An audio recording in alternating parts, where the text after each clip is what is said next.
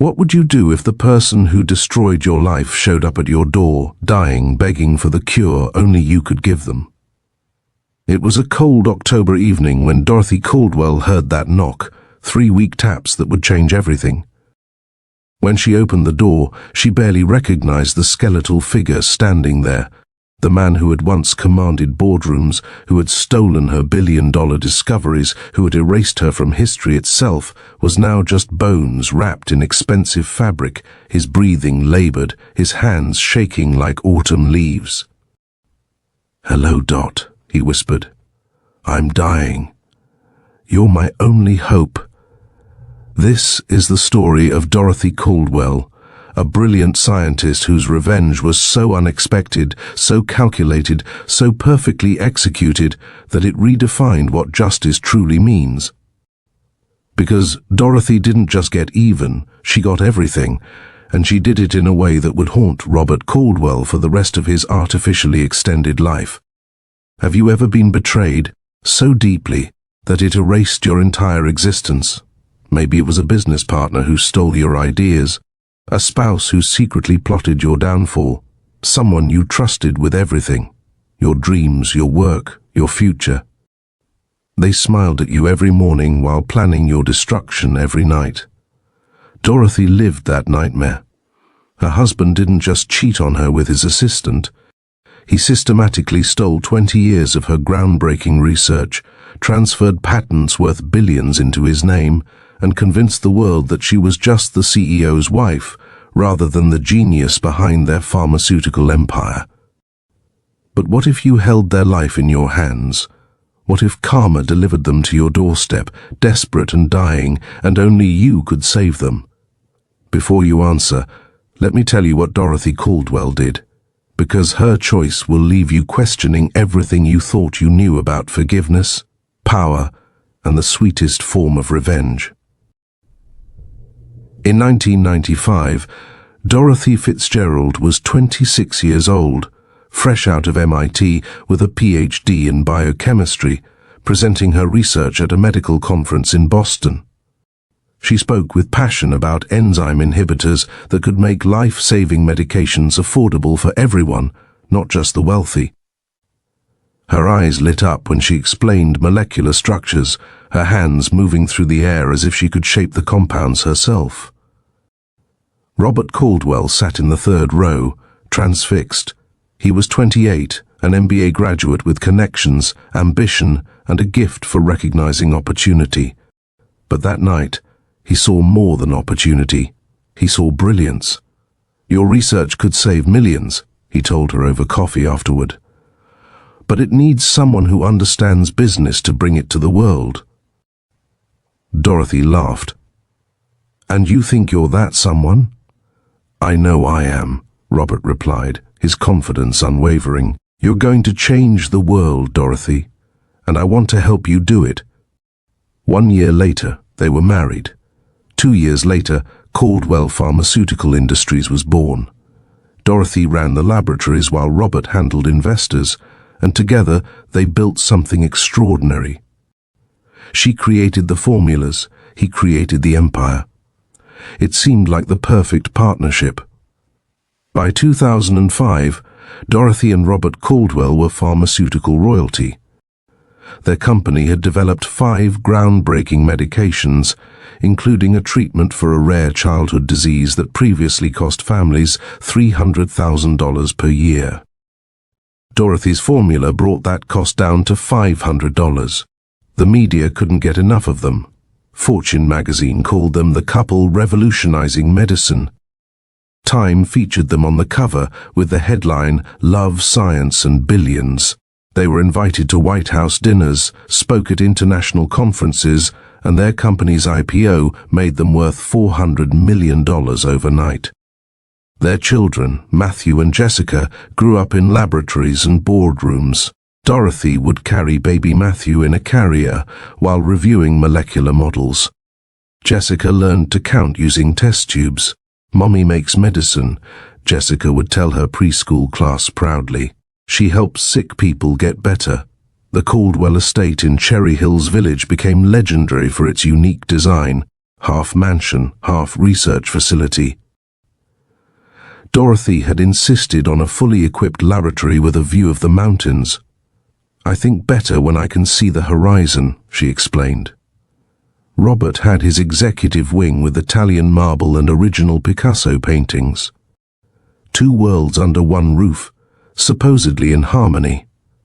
They were proof that love and business could mix, that two brilliant people could build both a family and a fortune together. Their employees spoke of them with admiration.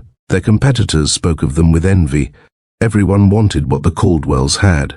If you've ever believed in a partnership that seemed unbreakable, drop a comment below, because what happens next will shock you.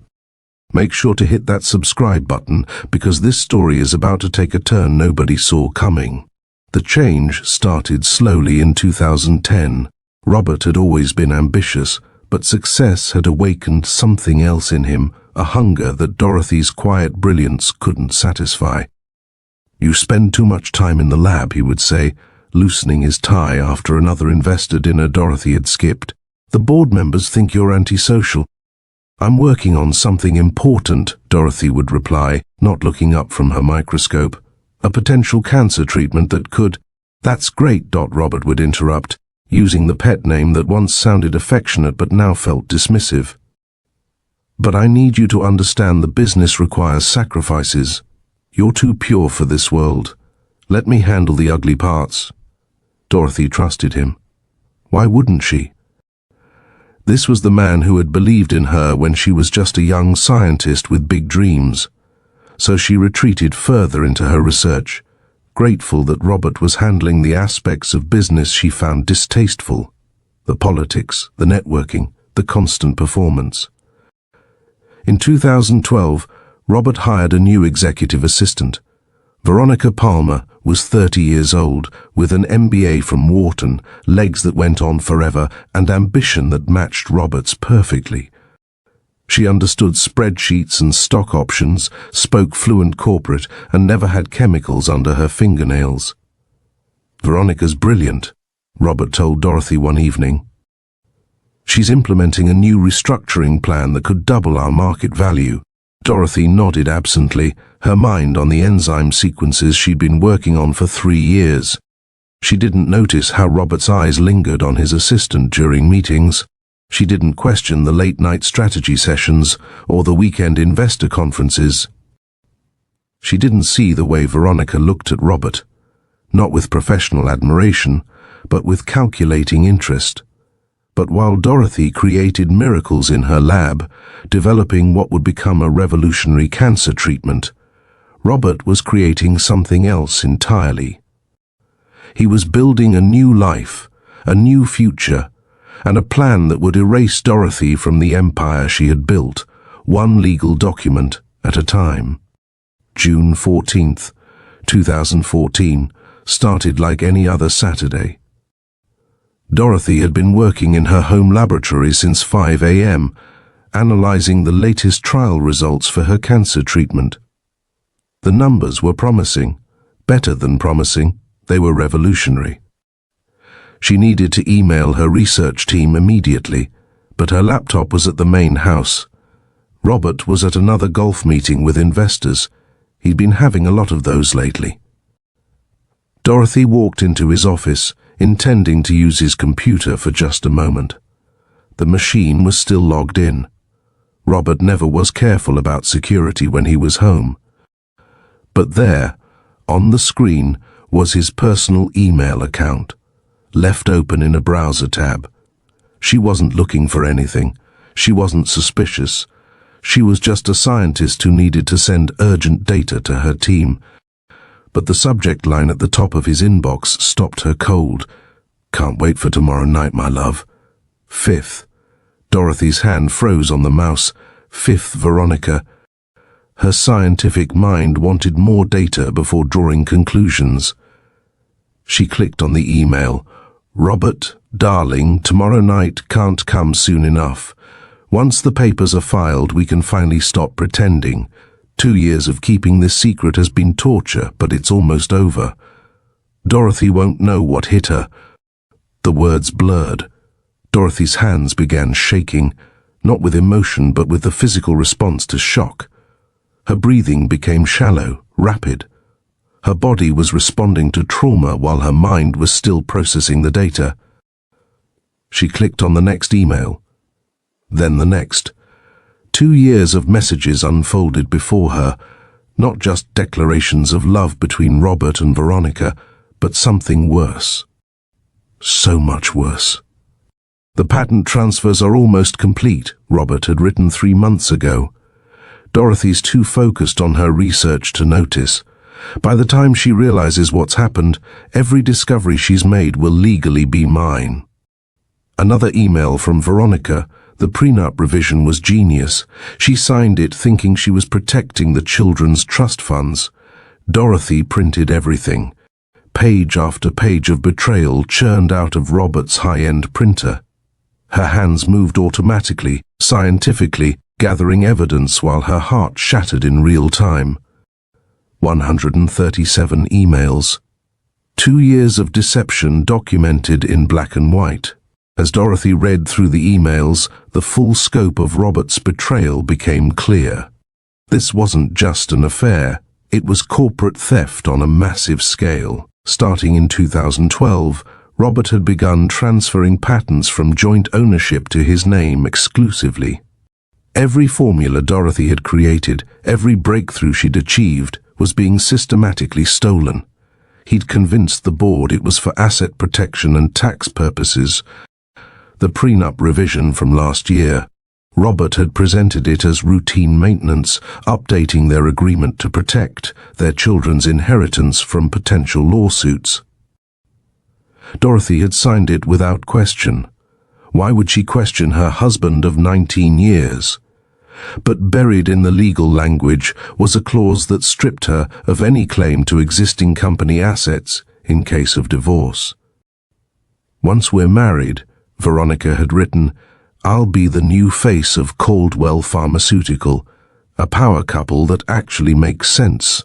2 MBAs taking the company into the future. Dorothy can keep playing with her test tubes if she wants, but she won't own anything. Think about that for a moment. Reading your entire life has been a lie, in email form. Every I love you for the past 2 years had been a performance. Every business decision had been a step toward erasing her. Every moment of trust had been weaponized against her. The timeline was meticulous. Robert and Veronica had planned everything. June 2012, affair begins. September 2012, first patent transfers. March 2013, board restructuring to reduce Dorothy's voting power. November 2013, prenup revision. July 2014, planned divorce filing. Dorothy was supposed to be blindsided next month. Instead, she sat in Robert's office with the entire conspiracy printed out, her scientific mind cataloguing evidence while her heart processed the death of her marriage. When Robert came home at 8 p.m., Dorothy was sitting in his office. The emails were spread across his mahogany desk in chronological order, a timeline of betrayal laid out like evidence in a laboratory. He walked in, saw her there, saw the papers, and his face went through several transformations. Surprise, fear, calculation. Then, finally, resignation mixed with something that looked almost like relief. I was going to tell you, he said. Dorothy's voice was steady, clinical. When? After you'd filed for divorce? After you'd stolen my life's work? After you'd married your assistant? Robert loosened his tie, sat down across from her. The mask he'd worn for years finally slipped completely off. You want the truth, Dorothy? Fine. You were always too naive for business, too pure, too focused on your precious science to understand how the real world works. You create, I capitalize. That's always been our arrangement. Our arrangement? Dorothy's calm was more terrifying than screaming would have been. I thought our arrangement was marriage. Partnership. Love. Robert laughed, actually laughed. Love doesn't build empires, Dorothy. Strategy does. Veronica understands that. She's like me, hungry, ambitious, willing to do whatever it takes to win. You're brilliant, but you're soft. You would have given away our profits to save the world. Those profits came from my discoveries. Discoveries that would have stayed in your laboratory notebooks if not for me. I made us rich. I made us powerful. And now I'm taking what I built.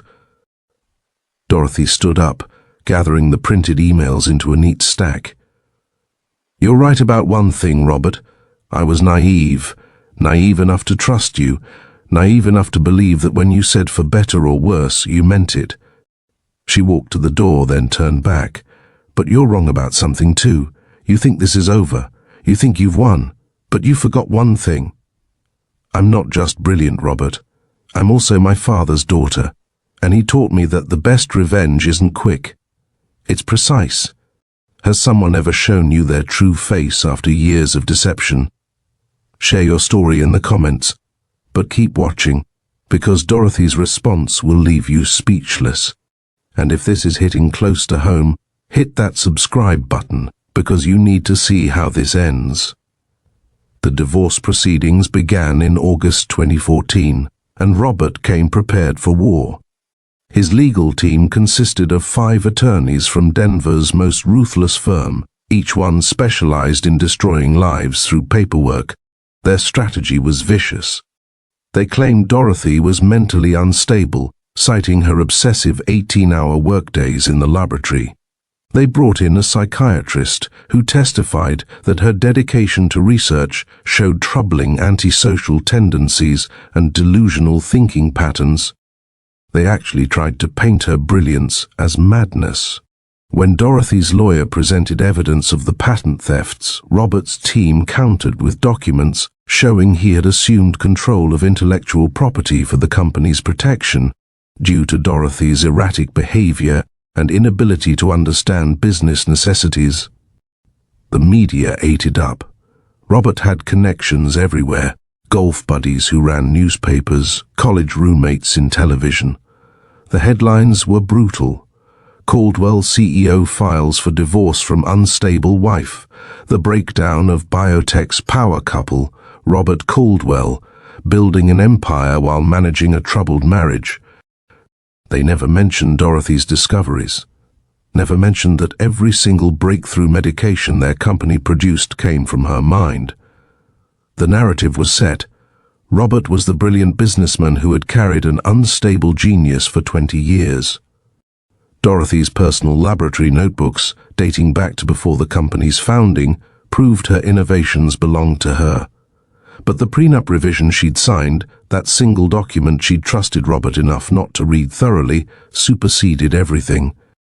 After 6 months of legal battles that drained her emotionally and financially, Dorothy walked away with a settlement that was insulting compared to what she'd built. $3 million and a small royalty from just one of her earliest patents. Robert kept the company valued at $1.2 billion. He kept the houses, the recognition, the legacy. Veronica became the new Mrs. Caldwell 2 weeks after the divorce finalized. Dorothy Caldwell vanished from public life completely. She legally returned to her maiden name, Dorothy Fitzgerald, and moved to a small rental house in Boulder, Colorado. No press releases, no tell-all interviews, no bitter social media posts. She simply disappeared. She took a position at Bio Research Solutions, a small facility that nobody had heard of. Her colleagues knew her as Dr. Fitzgerald, a quiet woman who preferred working alone and brought her lunch in a brown paper bag. Nobody connected the modest scientist in the corner lab to the former pharmaceutical billionaire. She's brilliant but odd, her supervisor would tell people. Comes in at 5 a.m., leaves at 9 p.m., barely talks to anyone. But her work? Exceptional. Dorothy had learned something valuable from her divorce. Anonymity was power. Robert had taken her money, her company, her reputation, but he couldn't take her mind. And while he was busy playing CEO with his new wife, Dorothy was doing what she'd always done best, creating something extraordinary. Her new laboratory was a fraction of the size of her old one. Her equipment was older, bought second-hand from universities upgrading their facilities. Her salary was less than what she used to spend on monthly groceries. But none of that mattered, because Dorothy had brought something with her that Robert never knew existed. 15 years of private research notes that she'd kept at home, separate from the company files. Ideas she'd never shared, formulas she'd never developed, theories she'd never tested. While the world forgot her name, Dorothy was quietly creating something that would change everything. She worked in complete secrecy, filing her patents through a small intellectual property firm that specialized in protecting independent inventors. No publicity, no investors, no partners. Just Dorothy, her molecules, and a plan for justice that nobody would see coming. For 3 years, Dorothy worked on her masterpiece, a universal enzyme inhibitor that could treat multiple forms of aggressive cancer. It was based on research she'd started 20 years ago, but with crucial modifications that only she understood. The science was elegant in its simplicity. While other treatments attacked cancer cells directly, Dorothy's innovation worked by blocking the enzymes that allowed cancer cells to multiply. It was like removing the fuel from a fire rather than trying to blow it out. She tested it obsessively, ran thousands of trials, verified every result 3 times. She wasn't just creating a treatment, she was creating something perfect, something undeniable, something that would restore her legacy whether Robert liked it or not. The patent was filed under D. Fitzgerald in March 2017. No press release, no announcement, just a quietly published paper in the Journal of Molecular Medicine that sent shockwaves through the scientific community. Meanwhile, Caldwell Pharmaceutical was dying a slow death. Without Dorothy's innovations, they hadn't released a new drug in 3 years. Stock prices fell 40%. Investors pulled out. The board grew restless. Robert tried everything. He hired the best scientists money could buy, but none could replicate Dorothy's intuitive genius. He attempted to purchase other companies for their research, but the deals fell through. He even tried to track down Dorothy, hoping to convince her to consult for them, but she had vanished completely. His marriage to Veronica soured as the money dried up. She had married a powerful billionaire CEO, not a desperate man watching his empire collapse. In December 2017, she filed for divorce, taking half of Robert's remaining assets in the settlement. By early 2018, Robert Caldwell was worth less than $50 million. Still wealthy by most standards, but a fraction of what he'd once controlled. His reputation was in ruins. His company was facing bankruptcy. And then, in March 2018, he received his diagnosis, pancreatic cancer, stage 4. The man who had stolen a pharmaceutical empire was dying from a disease his own company couldn't cure. March 15, 2018. Robert Caldwell sat in the oncologist's office at Denver's most exclusive private hospital, the same place where senators and tech moguls went for their health concerns. The doctor, a friend from his country club, couldn't meet his eyes. Stage 4 pancreatic cancer, Robert. It's already spread to your liver and lungs. The irony hit him like a physical blow. He, Robert Caldwell, CEO of one of America's largest pharmaceutical companies, was dying from one of the few diseases his empire couldn't touch. All those billions in research, all those brilliant scientists he'd hired to replace Dorothy, and none of them had a solution for the cancer eating him alive. "How long?" Robert asked, his voice steady despite the chaos in his mind. With aggressive treatment, 6 to 8 months. Without it, 3 to 4.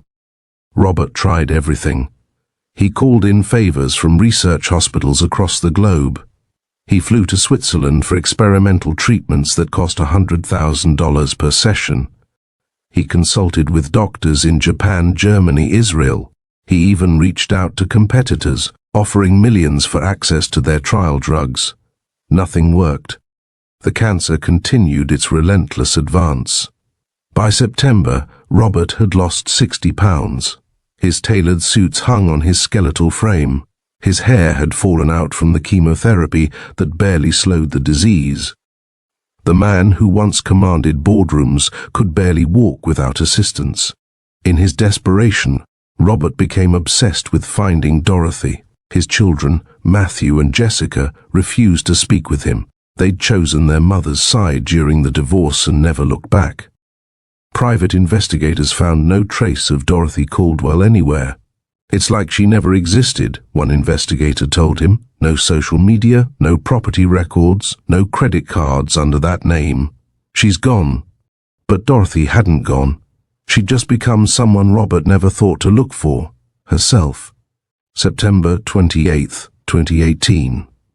Robert was lying in his home hospital bed, too weak to make it to his office, when his assistant brought him a stack of medical journals.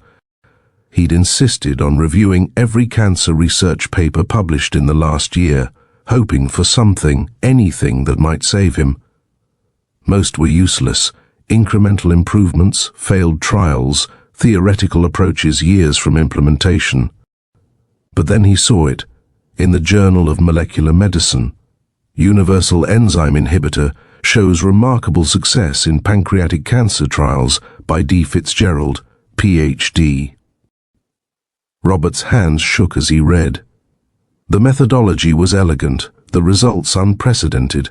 Complete remission in 73% of late-stage pancreatic cancer patients. But it wasn't just the science that made his heart race. It was the writing style, the approach, the particular way the researcher described molecular bonds. He'd read thousands of Dorothy's research notes during their marriage. He knew her scientific voice like he knew her laugh, her walk, the way she hummed while working. This was Dorothy D. Fitzgerald, Dorothy's maiden name. Robert read the paper 3 times, then accessed the trial database. The research facility was in Boulder, just 40 minutes away. The trials were closed, but the researcher's contact information was listed for academic inquiries. He'd found her. More importantly, she had created exactly what he needed, a cure for the cancer that was killing him. The woman he'd betrayed, whose life's work he'd stolen, whose existence he'd tried to erase, was the only person in the world who could save him. Dorothy was reading in her living room when she heard the knock, 3 weak, uneven taps that barely carried through the door. She wasn't expecting anyone. Her life was deliberately solitary, structured around work and quiet evenings with medical journals. When she opened the door, she gasped. The figure standing there bore almost no resemblance to Robert Caldwell, the commanding CEO who had once dominated every room he entered. This man was skeletal, his expensive suit hanging loose on a frame that had lost at least 80 pounds. His skin had a grey pallor, stretched tight over prominent bones. He was leaning heavily on an ornate walking cane, each breath coming in short, laboured gasps. But his eyes were still Robert's, though they held something she'd never seen in them before, complete desperation mixed with what looked like genuine remorse. "Hello, Dot," he whispered, using the pet name she hadn't heard in 4 years. Dorothy's first instinct was to close the door. Her second was to call the police. But something made her pause. Perhaps scientific curiosity about how he'd found her. Perhaps simple human compassion for suffering, even when it belonged to someone who'd caused her so much pain. "I'm dying," Robert said simply. "The doctors say I have weeks, maybe days." "I know," Dorothy replied. "Pancreatic cancer, stage 4. I read the medical bulletins." Robert's eyes widened slightly. She'd been watching. She knew. "I need to see you," he continued, his legs visibly shaking from the effort of standing. "Not for what you think, not to ask for forgiveness because I don't deserve it. I need to confess, to tell you the truth before I die. You're my only hope, not for my body but for my soul. Against every rational thought, Dorothy stepped aside and let him in. He nearly collapsed crossing the threshold, and she found herself automatically supporting him, guiding him to her simple couch. The man who had once owned 6 homes now sat in her modest living room, gasping for breath. She brought him water, noting with clinical detachment the signs of advanced cancer, the jaundiced eyes, the labored breathing, the way his hands shook holding the glass. Her scientific mind catalogued the symptoms, while her heart remained carefully guarded. Robert reached into his jacket with trembling fingers and pulled out a thick manila envelope. "Before you say anything," he wheezed, "I need you to know I've already acted. This envelope contains signed affidavits admitting to everything: the patent theft, the fraudulent prenup revision, the conspiracy with Veronica to steal your life's work. I've filed copies with the SEC, the Patent Office, and the Department of Justice. There will be investigations, but more importantly, your name will be restored to every patent, every discovery." Would you have let him in? Before you answer, wait until you hear what Dorothy did next, because what happened in that living room would redefine everything you think you know about revenge, forgiveness, and power. If you're still watching, hit that like button, because this story is about to reach its shocking climax. Dorothy took the envelope, her hands steady as she opened it and scanned the documents. Everything was there: detailed admissions of corporate theft, fraud, conspiracy. Robert had even included documentation of previously hidden Swiss bank accounts where he'd diverted company funds. "There's more," Robert gasped. "I've transferred my remaining shares of Caldwell Pharmaceutical, 32%, to you and the children. Veronica took her portion in our divorce, but what's left is yours. The board will have to answer to you now." "Why?" Dorothy asked, her voice neutral, scientific. Robert's eyes filled with tears, something she'd never seen in 23 years of marriage. "Because I was jealous," he admitted, the words pouring out like poison being expelled. "God, I was so jealous of your brilliance. You could create miracles with your mind, and I could only repackage them. You were the genius, and I was just the salesman. I couldn't stand it. I loved you, but I hated that I needed you.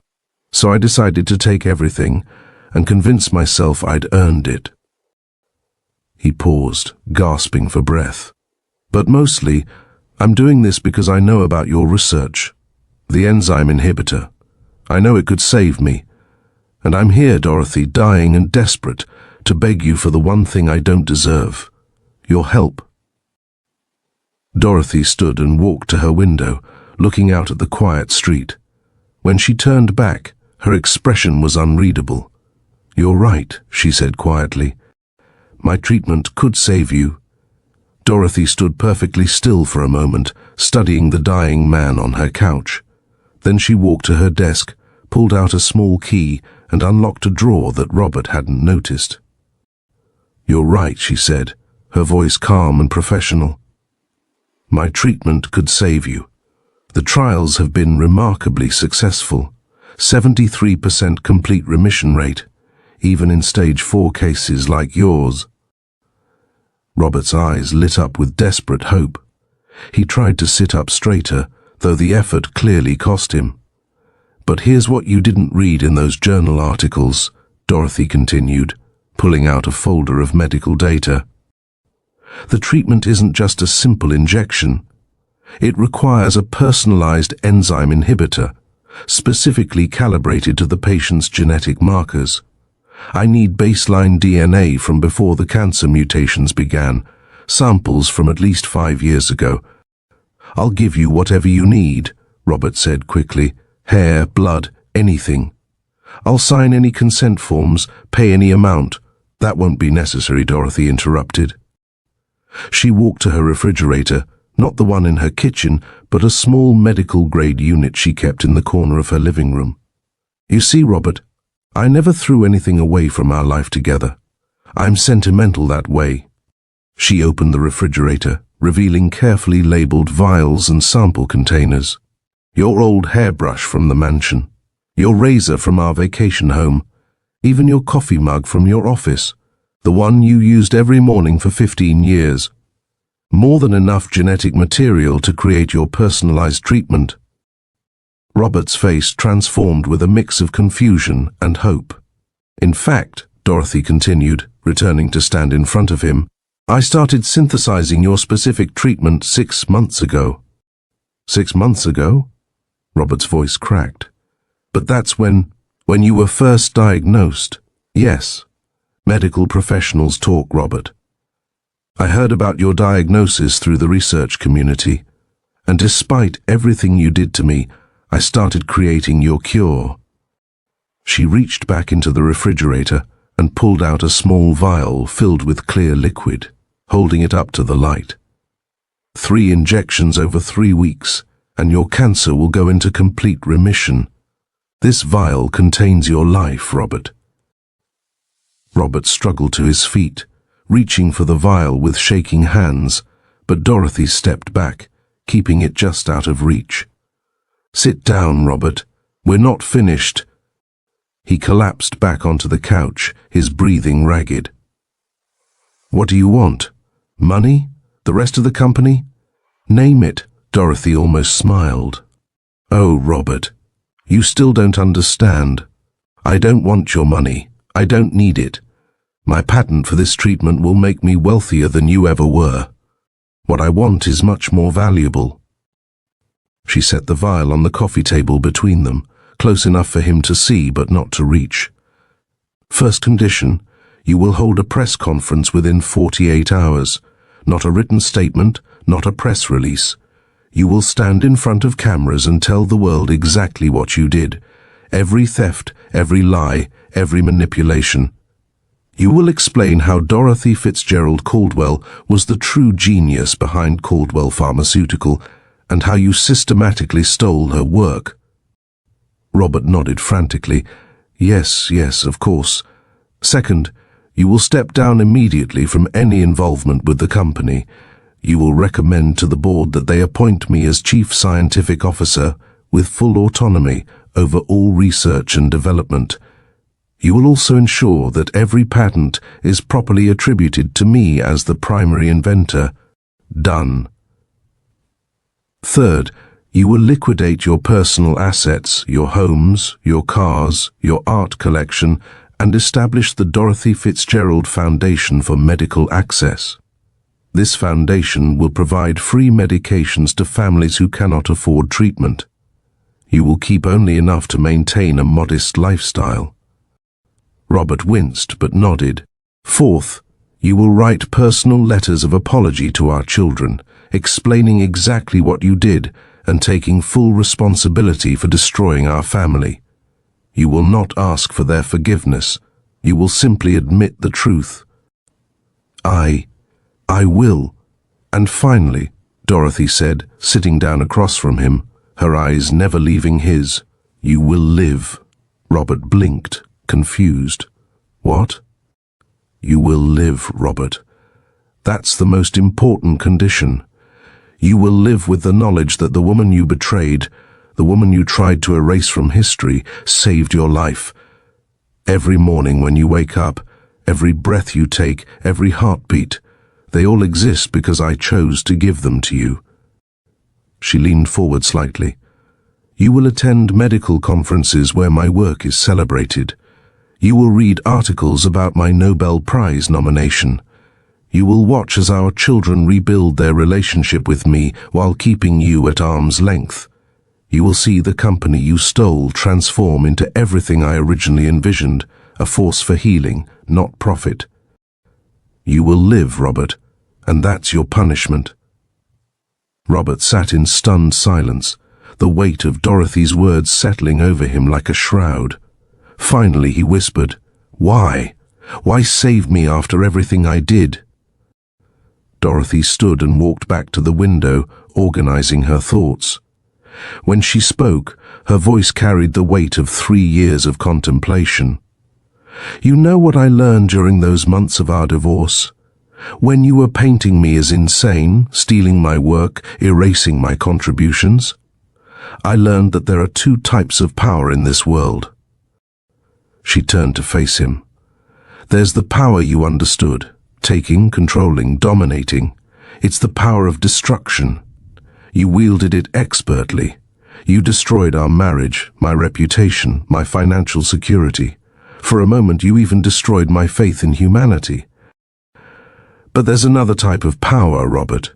The power to create, the power to heal, the power to choose mercy when vengeance would be justified. That's the power you never understood, and it's why you ultimately lost. She picked up the vial, holding it up to the light. This vial? This is 18 months of work, thousands of hours of research, not because I had to. I had already created treatments for dozens of other cancers. I specifically developed this one when I heard about your diagnosis. Robert's eyes widened.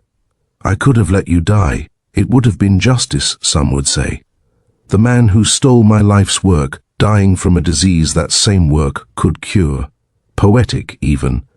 But that would have made me like you. Someone who destroys rather than creates. Dorothy pulled out her phone. So, here's what's going to happen. I'm calling my lawyer right now. We're going to draft agreements for everything I just outlined. You're going to sign them. They're going to be notarized tonight, and then, and only then, will I give you the first injection. The best revenge isn't letting someone suffer, Robert. Any fool with a weapon can cause suffering. True revenge, the kind that changes the very fabric of reality, is forcing someone to live with the full weight of their choices. She dialed her lawyer's number. You tried to erase me, but instead, you're going to help restore my legacy. You tried to steal my discoveries, but you're going to publicly return them. You tried to reduce me to nothing, but you're going to live knowing that nothing held your life in her hands and chose to give it back. As the phone rang, Dorothy looked at Robert one last time before her lawyer answered. You see, Robert, the ultimate power isn't in taking life, it's in giving it. And by saving you, I'm proving something you never understood. I was never the weak one in our marriage. I was never the naive scientist who needed protection from the harsh business world. I was always the one with the real power, the power to create miracles, her lawyer answered, and Dorothy began explaining the situation with clinical precision. Robert sat on the couch, tears streaming down his gaunt face, understanding finally dawning. Dorothy wasn't saving him out of weakness or residual love. She was saving him because it was the ultimate demonstration of superiority. She held death and life in a small vial, but what she chose changed the definition of victory forever. October 15th, 2020. The Stockholm Concert Hall was filled with the world's most brilliant minds, all gathered for the Nobel Prize ceremony in physiology and medicine. At the podium stood Dorothy Fitzgerald Caldwell, wearing a simple black dress and the same modest jewelry she'd worn for 30 years. Dr. Caldwell's universal enzyme inhibitor has saved over 400,000 lives in just 2 years, the presenter announced. Her treatment has transformed pancreatic cancer from a death sentence to a manageable condition. But perhaps more remarkably, she has insisted that the treatment remain affordable, with free access programs in 47 countries. The audience erupted in applause. Camera flashes illuminated the concert hall like lightning, and there, in the 5th row, sat Robert Caldwell. He was healthy now. The treatment had worked exactly as Dorothy had promised. He'd gained back weight, his color had returned, and physically he looked like the successful businessman he'd once been. But something fundamental had changed. The arrogance was gone, replaced by something that looked like perpetual awareness of a debt that could never be repaid. Dorothy's acceptance speech was gracious, brilliant, and never once mentioned her ex-husband by name. She spoke about the importance of scientific integrity, the responsibility of pharmaceutical companies to prioritize healing over profit, and the power of perseverance through adversity. Science is not about ego, she said, looking directly at the audience, but somehow Robert felt her words were meant for him. It's about service. Every formula we create, every treatment we develop should be guided by one question: how can we reduce suffering in this world? The standing ovation lasted 12 minutes. Robert stood with everyone else, clapping until his hands hurt, knowing that every person in that room had heard his confession 2 years ago, knew exactly what he'd done, and was witnessing his complete defeat. Robert's life after the treatment was exactly what Dorothy had predicted. He lived in a small apartment in downtown Denver, comfortable but modest, a far cry from his former mansion. Every morning, he took the 3 pills Dorothy's treatment required, each one a reminder of whose mercy he swallowed. His children, Matthew and Jessica, had slowly begun speaking to him again, but their relationship would never recover fully. They visited once a month, polite but distant, their love for their mother evident in every conversation. Mom's foundation just funded free treatments for 10,000 children in India, Jessica told him during one visit. She named the program after Grandma Fitzgerald. Matthew added, "She's been invited to speak at Harvard Medical School next month. They're naming a research wing after her." Robert nodded, smiled, offered congratulations. What else could he do? Caldwell Pharmaceutical had been transformed under Dorothy's leadership as Chief Scientific Officer. The company now operated on a radical new model, charging premium prices to wealthy clients while providing free or subsidized treatments to anyone who couldn't afford them. Profits had actually increased, proving Dorothy's long-held belief that ethics and success weren't mutually exclusive. The medical community had embraced Dorothy completely. She was featured on magazine covers, invited to presidential dinners, consulted by the World Health Organization. Her name appeared in textbooks, replacing chapters that had once credited Robert with innovations that were always hers. But the cruelest part of Robert's new existence wasn't the loss of wealth or status. It was the knowledge that Dorothy had been right about everything. She had held his life in a small vial and chosen to give it back, not from weakness, but from a position of absolute power. Every breath he took was her victory. Every heartbeat was proof of her superiority. She had transformed his survival into a living monument to her mercy. The last time he saw her was at a medical conference where she was the keynote speaker. She nodded at him politely, the way you might acknowledge a distant acquaintance, then continued greeting the crowd of admirers surrounding her. That's when Robert finally understood the full magnitude of Dorothy's revenge. She hadn't destroyed him, she had made him irrelevant, she had saved his life, and then moved on, leaving him to exist in a world where everyone knew the truth. Dorothy Fitzgerald Caldwell had always been the remarkable one. This story teaches us that the greatest power isn't in destruction, it's in the choice to create, to heal, and to rise above. Dorothy could have let Robert die, and many would have called it justice. But instead, she chose something far more powerful. She chose to prove that his betrayal couldn't diminish who she was. If this story moved you, hit that subscribe button for more incredible tales of human triumph. Share this video with someone who needs to hear that revenge isn't about destroying those who hurt you.